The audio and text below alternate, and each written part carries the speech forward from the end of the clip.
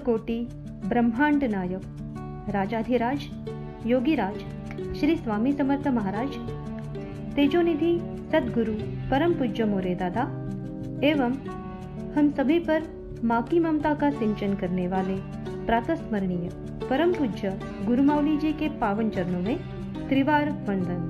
परम पूज्य गुरुमावली जी के आशीर्वाद तथा आदरणीय श्री नितिन भाव के मार्गदर्शन से प्रेरित होकर आज के इस ऑनलाइन बाल संस्कार वर्ग की शुरुआत हम करेंगे।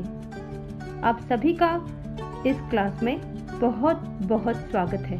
सबसे पहले हम गुरु को वंदन करके उनसे आशीष प्राप्त करेंगे। तो सभी बच्चे अपनी आंखें बंद कर लें तथा पूर्ण श्रद्धा से श्री स्वामी समर्थ महाराज तथा परम पूज्य गुरुमावली जी को स्मरण करें। गुरुर्ब्रह्मा गुरुर्विष्णु गुरुर्देवो महेश्वरा गुरुः साक्षात् परब्रह्म तस्मै श्री गुरवे नमः। श्री स्वामी समर्थ महाराज की जय। श्री गुरुदेव दत्त श्री त्र्यंबकेश्वर महाराज की जय। गंगा गोदावरी माता की जय। सद्गुरु परम पूज्य मोरे दादा की जय। श्री स्वामी समर्थ गुरुमावली की जय। भारत माता की जय।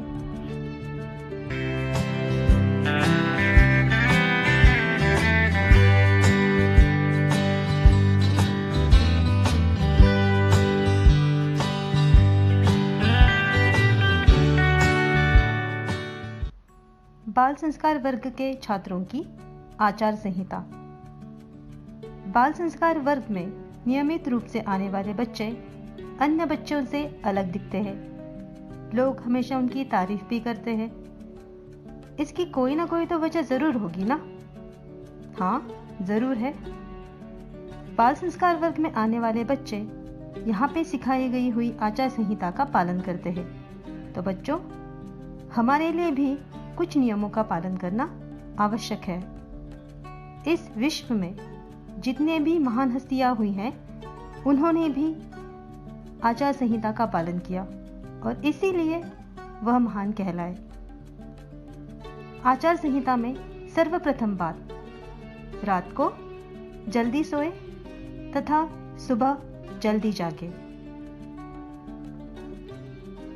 हर दिन माता पिता का सिर झुका के चरण स्पर्श करें।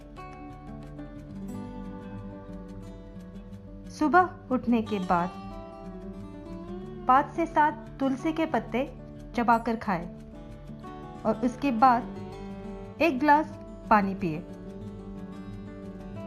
माता पिता, बड़े भाई बहन एवं गुरुजनों का हमेशा सम्मान करें। अपने से आयु, ज्ञान एवं अधिकार से बड़े व्यक्ति के आसन पर कभी ना बैठे। नूडल्स, पास्ता जैसे फास्ट फूड एवं कोल्ड ड्रिंक का सेवन कभी ना करें। घर में बना शुद्ध शाकाहारी भोजन लें। टीवी एवं मोबाइल का अतिरिक्त उपयोग ना करें। इन साधनों का उपयोग केवल संस्कार और ज्ञान वृद्धि करने वाले प्रोग्राम देखने हेतु ही करें। इस आचार संहिता का पालन करने वाले बच्चे जिम्मेदार नागरिक बनेंगे ही बनेंगे। तो बच्चों, आप इस आचार संहिता का पालन करेंगे ना?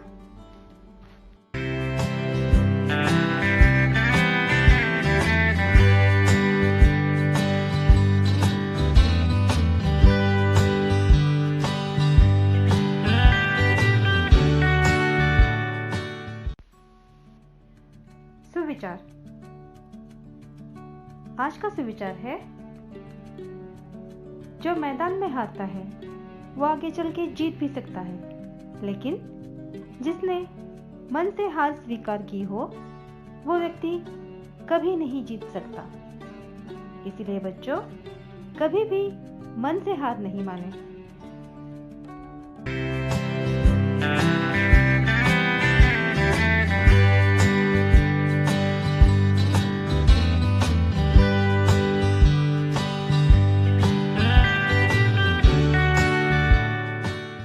योगासन। आज हम सूर्य नमस्कार के बारे में जानेंगे। जो व्यक्ति सूर्य नमस्कार करता है उसके लिए अन्य आसन करना आसान बन जाता है। 12 फरवरी ये दिन जागतिक सूर्य नमस्कार दिन के तौर पे मनाया जाता है। शरीर में चुस्ती और फुर्ती बनाए रखने के लिए सूर्य नमस्कार अत्यंत उपयुक्त है। जो हर रोज सूर्य नमस्कार करता है वो तंदुरुस्त रहता है। तो सब तैयार है ना ये आसन सीखने के लिए? चलिए सर्वप्रथम मैट पर खड़े हो जाइए, सीधा खड़े रहे और सूर्य को प्रणाम करें। अब हमारी एक दीदी आपको सूर्य नमस्कार करके बताएंगी। पहले तो आपको इसे अच्छी तरह से देखकर समझना है, बाद में दीदी के साथ आपको भी ये आसन करना है, ये सूर्य नमस्कार करना सीखना है। तो चलिए देखते हैं कि दीदी सूर्य नमस्कार कैसे कर रही है।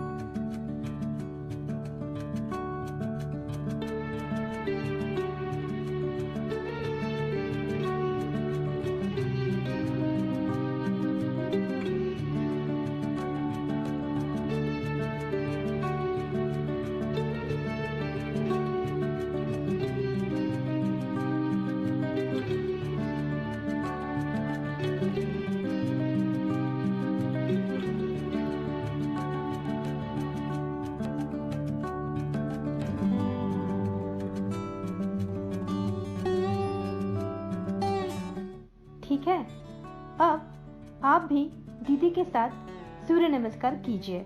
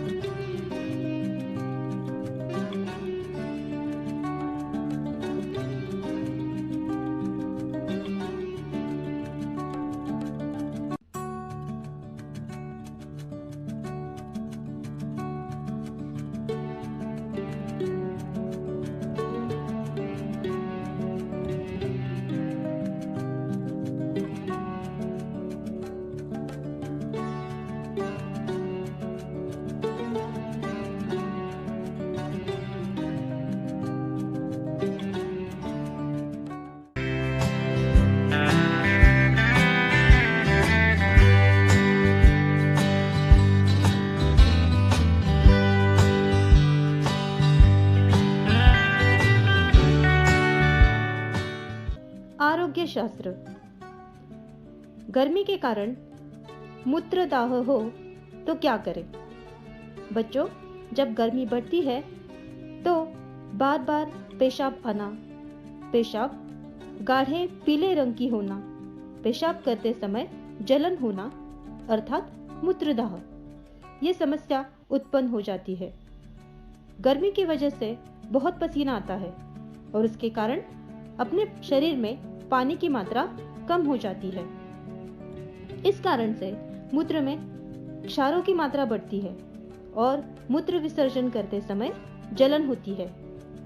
यह समस्या से बचने हेतु कुछ घरेलू उपाय हम जरूर कर सकते हैं।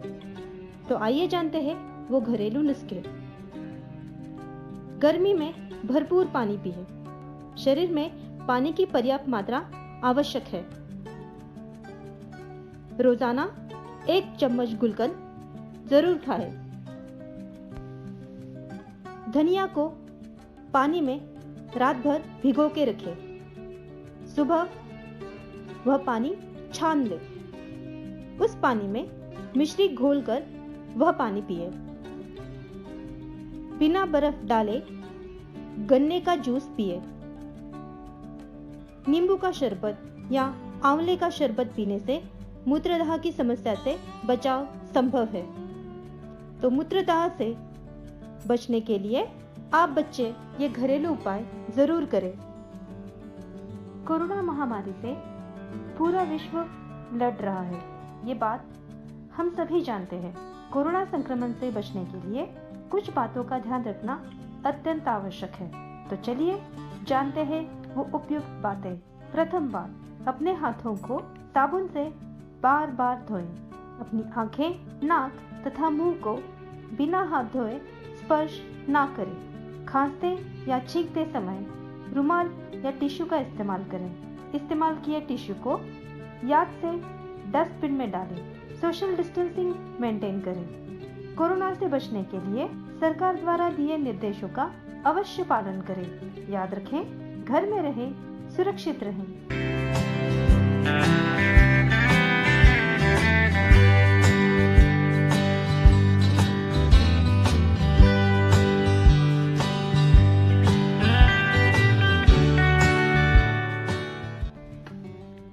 कानून जागरूकता। बच्चों, इस सप्ताह हम बच्चों के लिए आवश्यक यातायात के नियम अर्थात ट्रैफिक रूल्स के बारे में जानेंगे। पहला नियम, पैदल चलते समय हमेशा सड़क के बाईं ओर से चलें। हमेशा फुटपाथ का इस्तेमाल करें। सिग्नल तथा ट्रैफिक पुलिस द्वारा दी गई सूचनाओं का अवश्य पालन करें। सड़क के किनारे लगाए हुए मार्गदर्शक सूचनाओं वाले बोर्ड का उपयोग अवश्य करें। पर बच्चों, आपको ये मार्गदर्शक सूचना वाले बोर्ड पढ़ना आता तो है ना?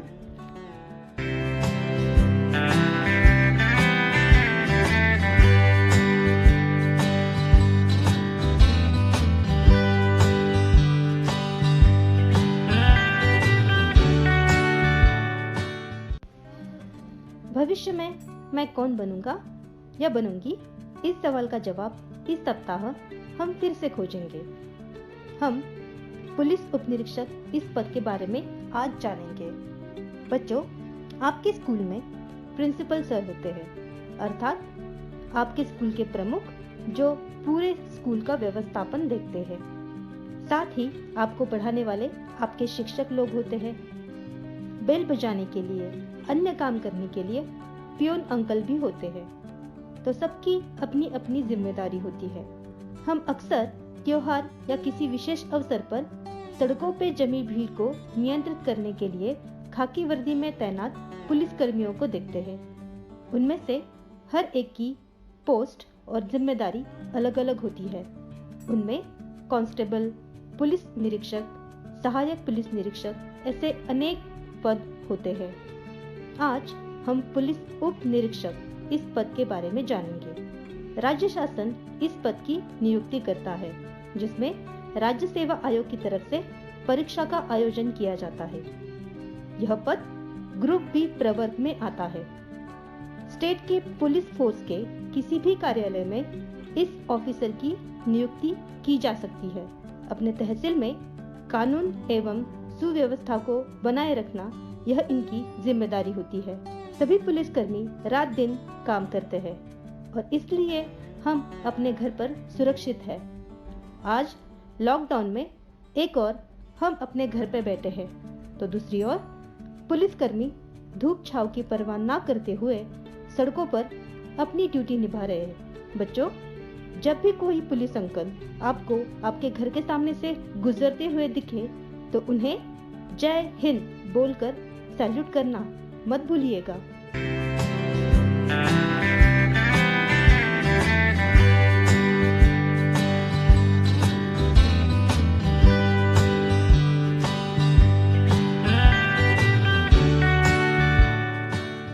बोध कथा। चलिए बच्चों, अब समय हो चला है एक दिलचस्प कहानी सुनने का। आपके चेहरे पे छाई ये खुशी हम महसूस कर सकते हैं। तो चलिए सुनते हैं आज की कहानी। ये कहानी है एक छोटे से राज्य के राजा की। इस राजा को उसके पड़ोस वाले शक्तिशाली राष्ट्र के राजा ने युद्ध के लिए ललकारा था। तो बेचारा राजा चिंता में पड़ गया, क्योंकि ना तो उसके पास पर्याप्त सैन्य बल था, ना अन्य संसाधन।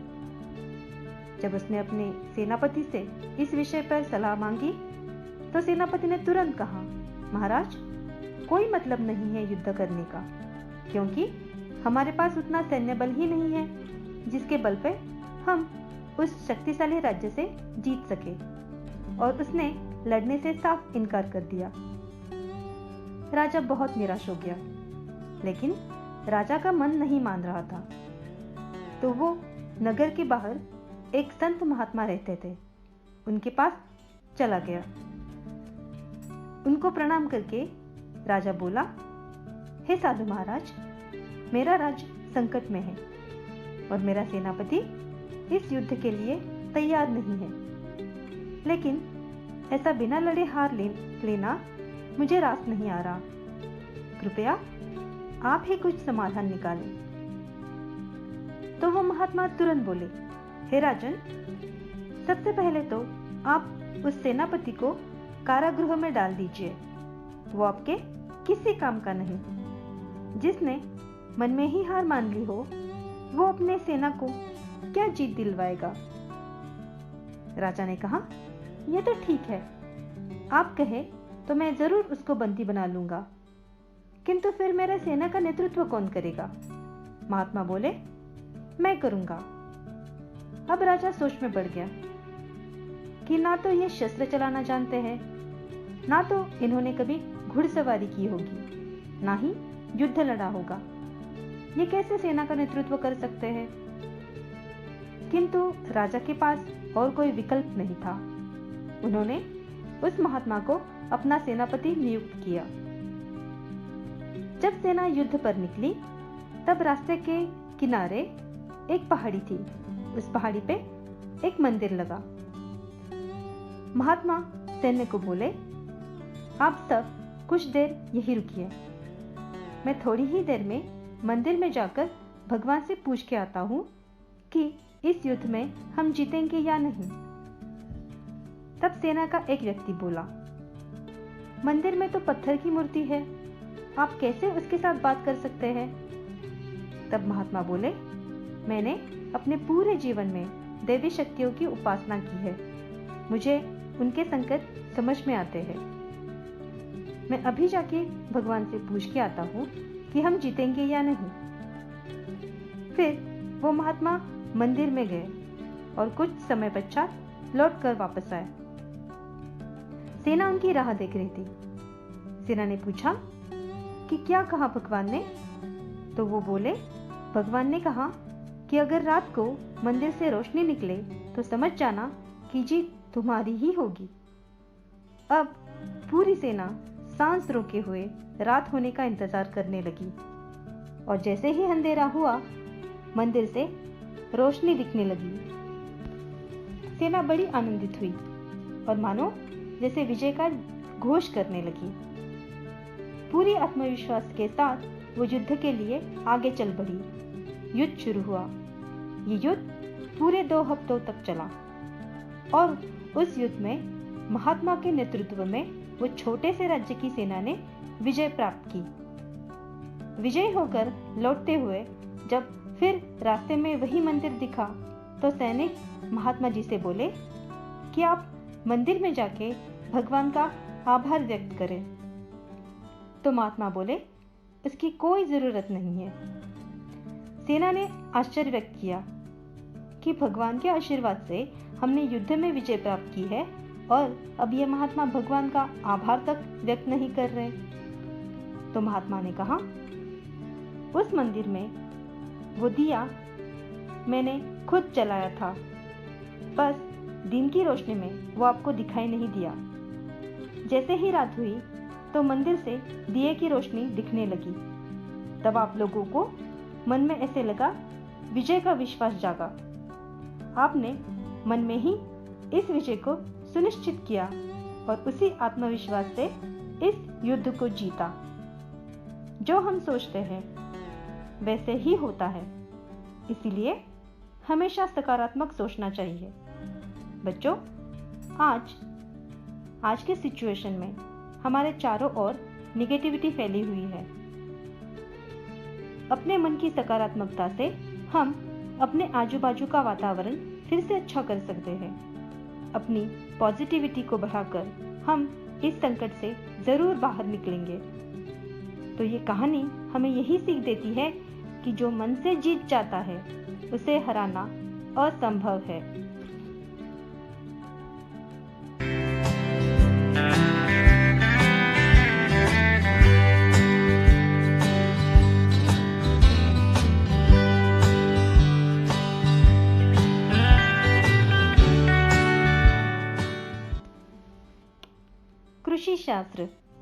कृषि शास्त्र के अंतर्गत आज हम किसान द्वारा खेतों में इस्तेमाल किए जाने वाले औजारों के बारे में जानेंगे। हल यह औजार जमीन की जुताई के काम आता है। इसकी सहायता से बीज बोने के पहले जमीन की आवश्यक तैयारी की जाती है। हल लकड़ी या लोहे से बना होता है। बैल या ट्रैक्टर की सहायता से इसे इस्तेमाल किया जाता है। कुल्हाड़ी, यह औजार खेतों में जमा अनावश्यक झाड़ियों को काटने हेतु इस्तेमाल किया जाता है। कुल्हाड़ी का सिर लोहे से बना होता है जिसमें तेज धार होती है, तो उसका हत्था लकड़ी से बना होता है। हंसिया या कोयता, यह हाथ से पकड़कर फसल एवं घास आदि के काटने के लिए काम आने वाला औजार है। ये लोहे से बना होता है। इस औजार की अंदरूनी किनार तेज धार वाली होती है जिसकी सहायता से घास या फसल को आसानी से काट सकते हैं। गुलेल, यह एक मानव चलित उपकरण है जिसका उपयोग खेतों में अनाज को नुकसान पहुंचाने वाले पक्षी तथा जानवरों को भगाने हेतु किया जाता है। इस उपकरण को गोफ की तरह बुना जाता है। पत्थर को इसके दो रस्सियों के बीच विशिष्ट तरीके से रखा जाता है। गुलेल हाथ में लेकर उसे तेजी से सिर के चारों ओर जमीन के समांतर घुमाया जाता है और आवश्यक दिशा में पत्थर को छोड़ा जाता है। लेकिन इसे चलाने के लिए विशेष कौशल की आवश्यकता होती है। बुवाई यंत्र, इस यंत्र का उपयोग बीज बोने के लिए किया जाता है। इसका नीचे वाला हिस्सा लोहे से बना होता है जिसमें छेद होता है। उसमें से बीज छोड़े जाते हैं जो जमीन में अंकुरित होते हैं।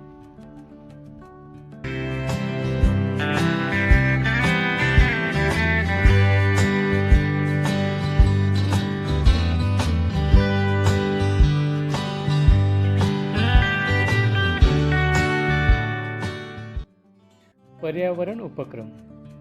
आज हम पर्यावरण उपक्रम अंतर्गत सीड बैंक का निर्माण कैसे करते हैं यह सीखने वाले हैं। सीड यानी कि बीज, बैंक तो सबको पता ही है, जहाँ पर हमारे माता पिता पैसे जमा कर रखते हैं, यानी कि बहुत महत्वपूर्ण चीज़ें जहाँ पर संभाल कर रखी जाती है उसे बैंक कहा जाता है।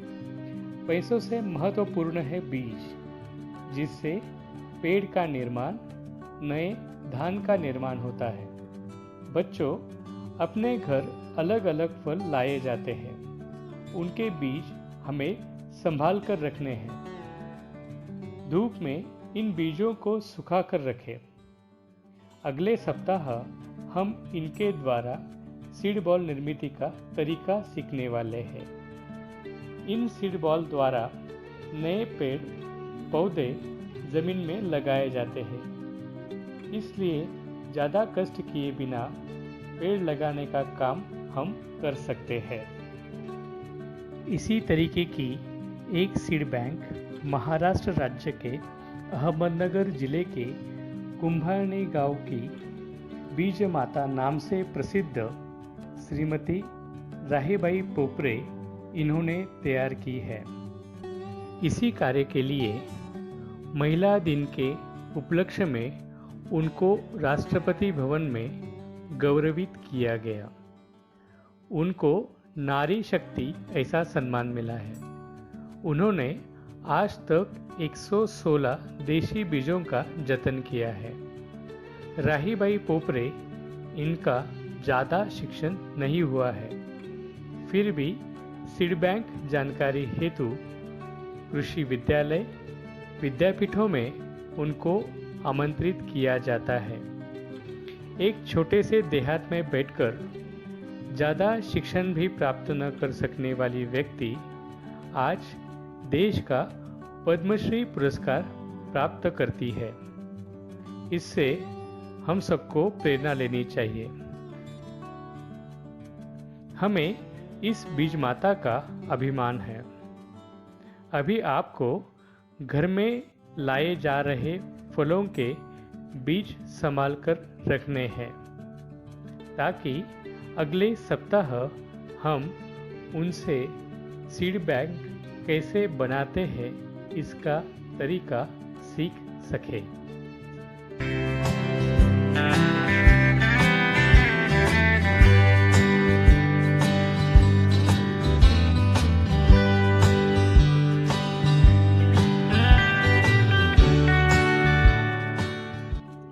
सप्ताह के त्यौहार 26 अप्रैल अक्षय तृतीया। क्षय शब्द का अर्थ है कम होना या व्यर्थ जाना। अक्षय यानी चिरकाल टिकने वाला, अर्थात हमारे पास की वस्तुएं हमेशा टिके, इस उद्देश्य से हम यह त्यौहार मनाते हैं। अक्षय तृतीया यह त्यौहार मनाते हुए पूजा के साथ जलदान का संदेश इससे दिया जाता है। कड़ी धूप की वजह से पेड़ पौधे प्राणी पक्षी इन्हें पानी की सख्त जरूरत होती है।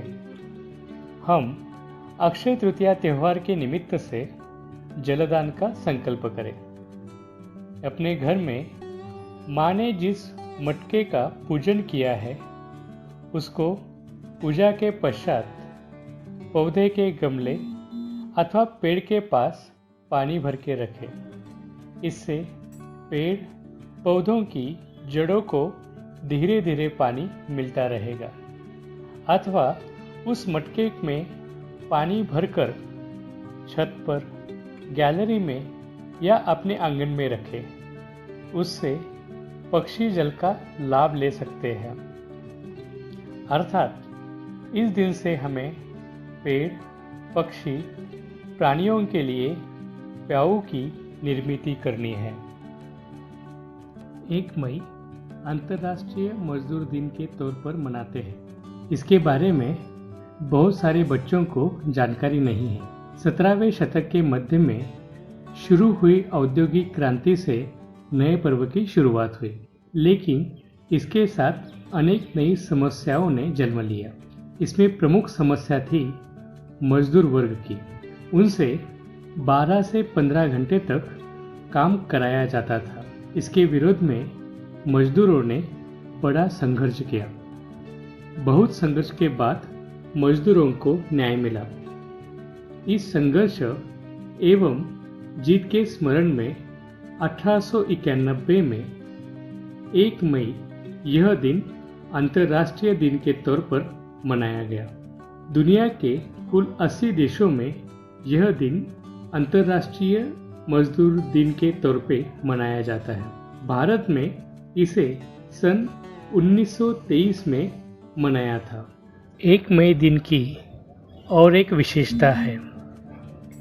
1 मई 1960 इस दिन महाराष्ट्र और गुजरात इन 2 राज्यों की निर्मित हुई। इसीलिए 1 मई यह दिन महाराष्ट्र दिन और गुजरात दिन के तौर पर मनाया जाता है।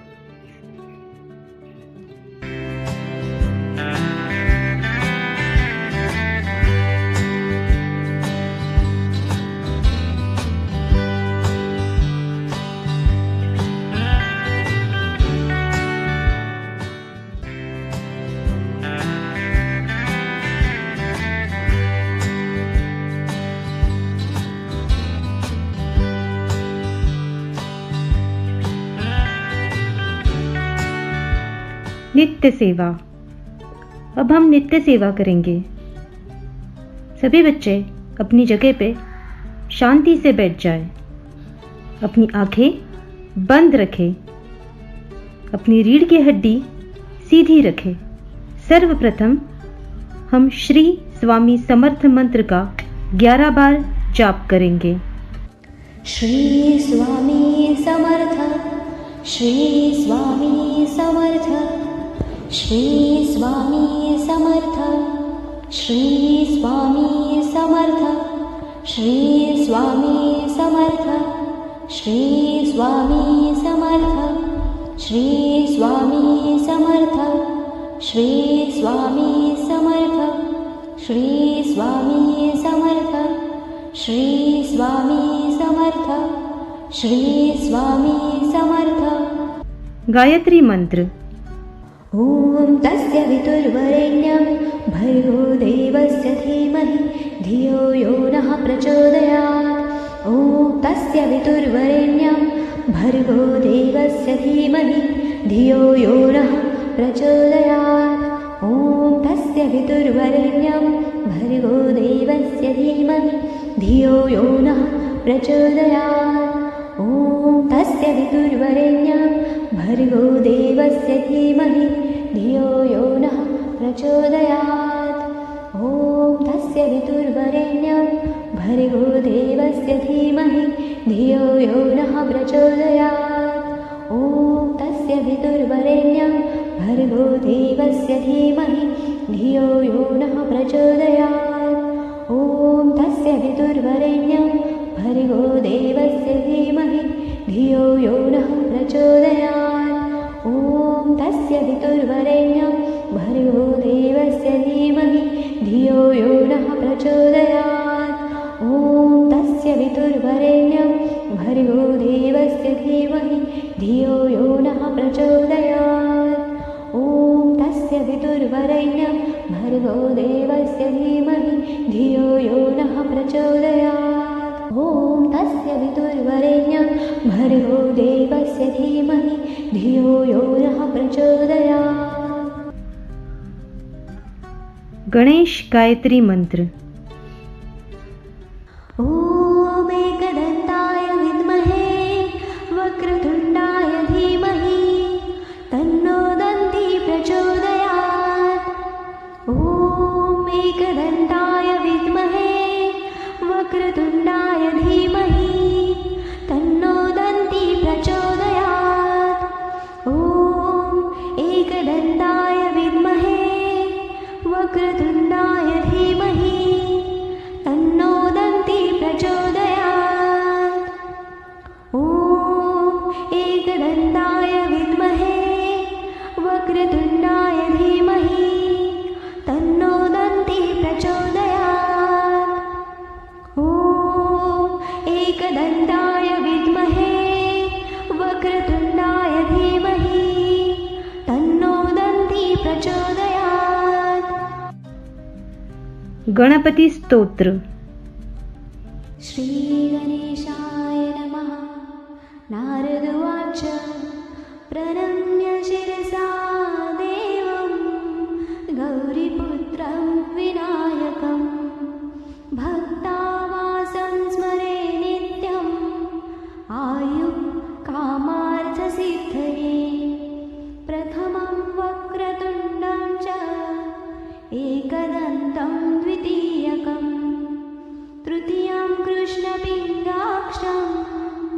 गजवक्त्रं चतुर्थकं लम्बोदरं पञ्चमं च षष्ठं विकटमेव च सप्तमं विघ्नराजेन्द्रं धूम्रवर्णं तथाष्टकम् नवं फालचन्द्रं च दशमं तु विनायकम् एकादशं गणपतिं द्वादशं तु गजाननं द्वादशैतानि नामानि त्रिसन्ध्येयः पठेन्नर न च विघ्नभयं तस्य सर्वसिद्धिकरं प्रभो विद्यार्थी लभते विद्या धनार्थी लभते धनं पुत्रार्थी लभते पुत्रान् मोक्षार्थी लभते गतिं जपेत् गणपतिस्तोत्रं षड्भिर्मासे फलं लभेत् संवत्सरेण सिद्धिश्च लभते नात्र संशयः अष्टाभ्यां ब्राह्मणेभ्यश्च लिखित्वा यः समर्पयेत् तस्य विद्या भवेत् सर्वा गणेशस्य प्रसादतः इति श्रीनारदपुराणे सङ्कटनाशनं श्रीगणेशस्तोत्रसम्पूर्णम् प्रज्ञाविवर्धन स्तोत्र। श्रीगणेशाय नमः। अस्य श्रीप्रज्ञाविवर्धनस्तोत्रमन्त्रस्य सनत्कुमार ऋषि स्वामी कार्तिकेयो देवता अनुष्टुप्छन्दः मम सकलविद्यासिद्ध्यर्थे जपे विनियोगः। श्रीस्कन्द उवाच योगेश्वरो महासेन कार्तिकेयाग्निनन्दन स्कन्दकुमारसेनानी स्वामी शङ्करसम्भव गाङ्गेयास्ताम्रचूडश्च ब्रह्मचारी शिखीध्वज तारकारी उमापुत्र क्रौचाराती षडानन शब्दब्रह्मसमुद्रश्च सिद्धसारस्वतो गुरु सनत्कुमारो भगवान् भोगमोक्षफलप्रद शरजन्मागणाधीश पूर्वजो मुक्तिमार्गकृत् सर्वाङ्गप्रणेता च वाञ्छितार्थप्रदर्शनः अष्टविंशतिनामानि मदीयानीति यः पठेत् प्रत्युष्य श्रद्धया युक्तो मुको वाचस्पतिर्भवेत् महामन्त्रमयानीति मम नामानुकीर्तनं महाप्रज्ञावाप्नोति नात्र कार्या विचारणा। इति श्रीस्कन्धपुराणे कार्तिकेयमाहात्म्ये प्रज्ञाविवर्धनस्तोत्रसम्पूर्णम्।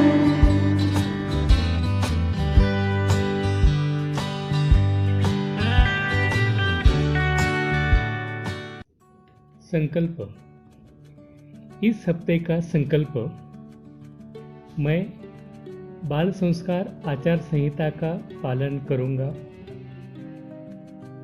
मैं पर्यावरण उपक्रम में हिस्सा लूंगा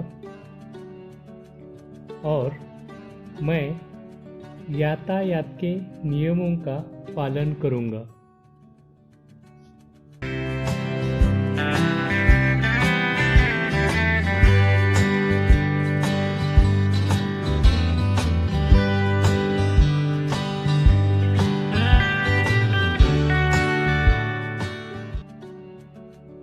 अब हमारा हर बार का प्रश्न, होमवर्क यानी गृहपाठ किसने किया है? हमारा होमवर्क था भारत रत्न पुरस्कार से सम्मानित व्यक्तियों का नाम पता कर लिखें। भारत का अभिमान बने असामान्य व्यक्तियों की जानकारी आपने हासिल की होगी। जानकारी प्राप्त की है ना सबने? 2 जनवरी 1954 को भारत रत्न पुरस्कार की स्थापना हुई। यह पुरस्कार आज तक 48 लोगों को दिया गया है। भारत रत्न पुरस्कार से पहले सीवी रमन इनको सम्मानित किया गया। उसके बाद Sarvepalli Radhakrishnan, Shri Rajendra Prasad, Lal Bahadur Shastri, mother Teresa, Vinoba Bhave, JRD Tata, Lata Mangeshkar, Sachin Tendulkar ऐसे अनेक विज्ञान, कला, क्रीड़ा, राजकारण, समाजकारण क्षेत्रों में थोर व्यक्तियों को यह सम्मान दिया गया है।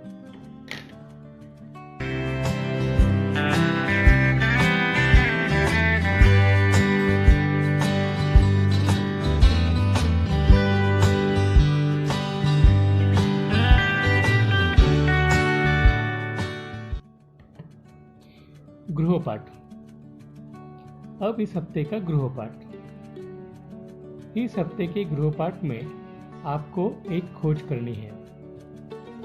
GMRT giant metrewave radio telescope. यह महाकाय टेलीस्कोप है जो खगोल शास्त्र में निरीक्षण हेतु इस्तेमाल करते हैं।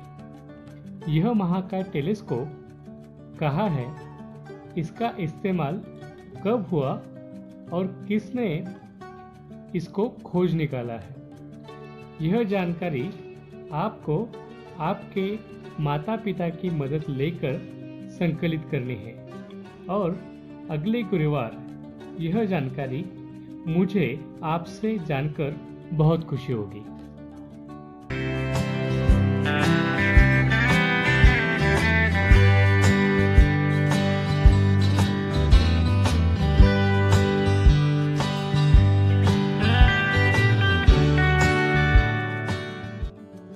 प्रश्न मंजूषा। आज के ई बाल संस्कार वर्ग में आपने क्या क्या सीखा और उसमें से आपको क्या क्या समझा, आपने इससे क्या सीख ली, यह जानने की हमारी तीव्र इच्छा है। इसीलिए इस वीडियो के लिंक के नीचे प्रश्न मंजूषा इस लिंक पर क्लिक करके पूछे गए प्रश्नों के सही जवाब आपको देने हैं। सभी प्रश्नों के सही जवाब देने वाला विद्यार्थी इस सप्ताह का आदर्श बाल संस्कार विद्यार्थी होगा। इन प्रश्नों के उत्तर देने के लिए अपने माता पिता की मदद ना लें। सिर्फ लिंक ओपन करने हेतु माता पिता मदद करें। धन्यवाद।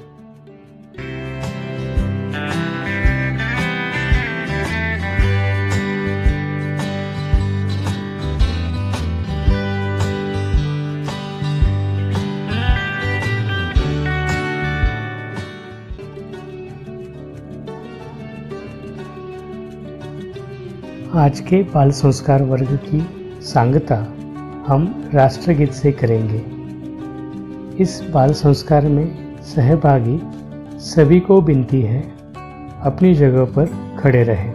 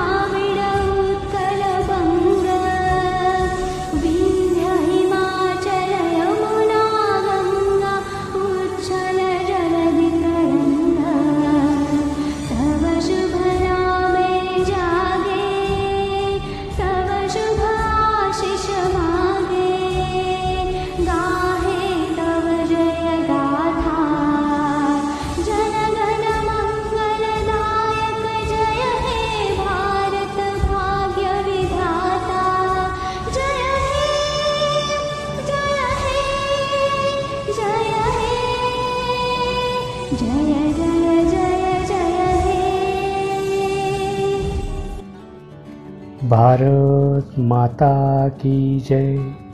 श्री स्वामी समर्थ महाराज की जय। चलो बाल मित्रों, मिलते हैं अगले गुरुवार इसी लिंक पर सुबह 9 बजे।